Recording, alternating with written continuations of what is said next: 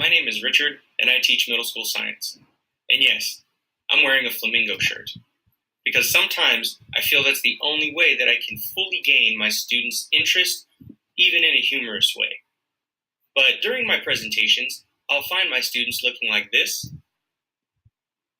or sometimes I catch them doing this. Until I spoke with my good friend, Dr. Winston, wisest of all. And he brought a couple tools into my toolbox that made interactions with my lessons and my lectures a lot more engaging and a lot more fun. So more on this later. Enjoy my presentation on Edpuzzle and Pear Deck. Good morning, class. So today we are going to discuss kinetic energy and some of Newton's laws. So to start off, energy is the ability to do work. Anytime you are moving something against a force, you are doing work. So some examples on your slides of work being done would be a rock rolling down a hill, and in that case, you're overcoming friction between the ball and the ground. That would be kinetic energy. A pencil being held up high is fighting the pull of gravity to fall down. So that's an example of overcoming a force. So I'm going to unlock your slides, and what I would like you to do is respond. Can energy be created or destroyed? And please use full sentences.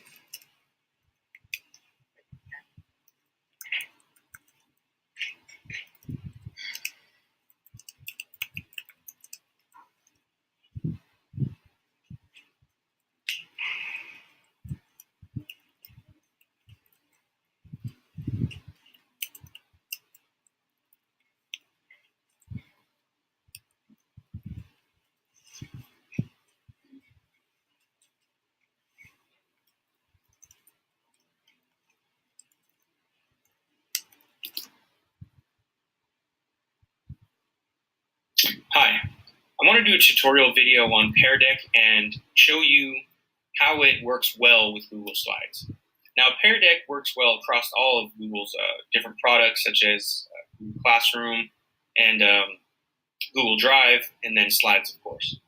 So let's get right into it. Currently, I'm at the website, the Pear Deck website, and down below you see all the different presentations I've interacted with, created, or imported. You can import slides as well in the premium edition.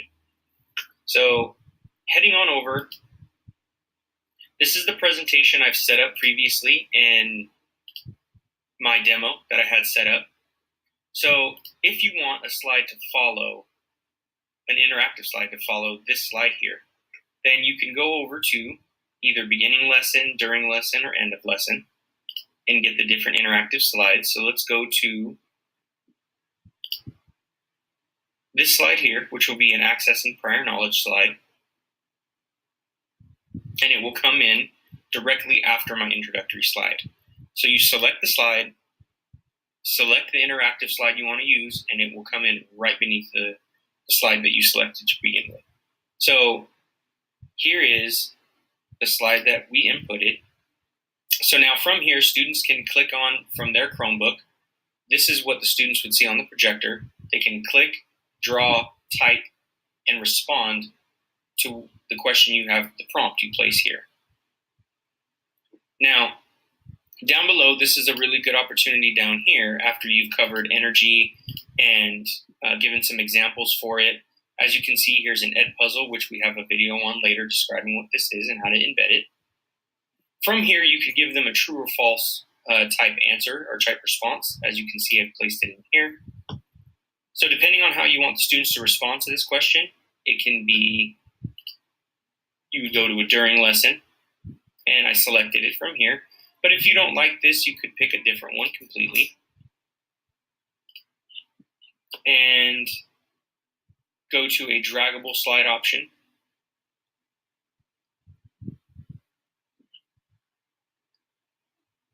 And it will come in right beneath the slide we selected. So from here, you can check for understanding and gauge your students' level of understanding before you proceed on. So from here, you just present, the dashboard will come up, and then students can place the add code and join the presentation. Thank you.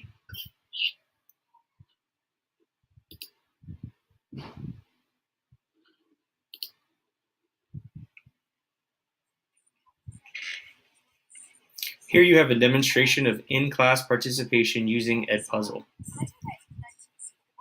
As the students watch the Edpuzzle that they clicked in the presentation link, they can interact individually with the presentation, with the video.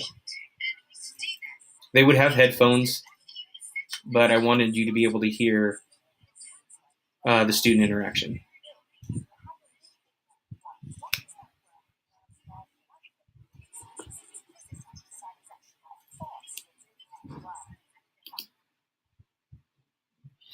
Hi, I want to do a quick video on Edpuzzle. It is a great addition to any presentation and works right along with Google, and so that you can push videos to your students through Google Classroom. So let's get right into it.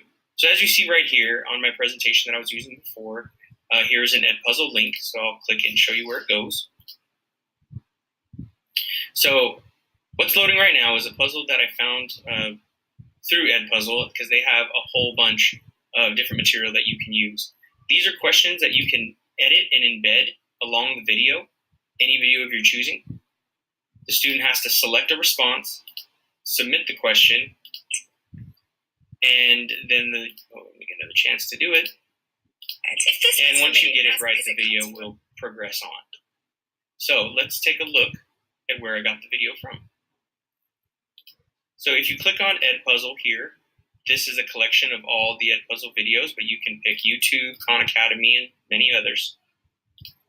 And you go right into here, motion. Actually, sorry, let's go energy. And you select the video. You share, copy the public link, go into your presentation, and go here, and then you insert the link. As so.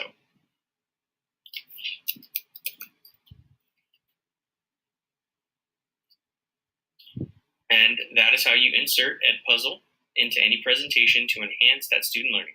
Thank you very much. I hope you've enjoyed my presentation on Edpuzzle and on Pear Deck. They work really well together and on all the way across Google Classroom, which is great because you can pair presentations with specific Edpuzzles and provide not only interaction, but visual representation of your content. Thank you very much, and I hope you've enjoyed the presentation.